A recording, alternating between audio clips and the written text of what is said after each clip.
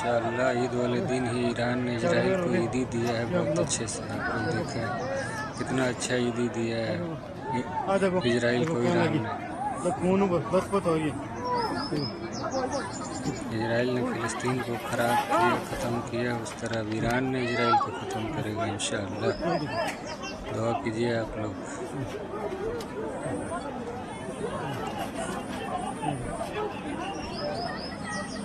बहुत दूसरे को परेशान किया, पर अपने को पड़ा तो किस तरह तकलीफ हो रहा है। अंदर लोग दब रहे हैं, दब गए लोग अंदर।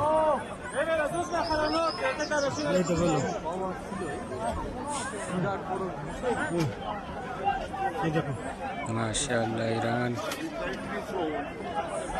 अंदर लोग दबेड़ा है, बहुत अंदर लोग हैं। जिसने फ़िलिस्तीन को ख़त्म किया, ईरान इजराइल को तो ख़त्म कर दे ईरान।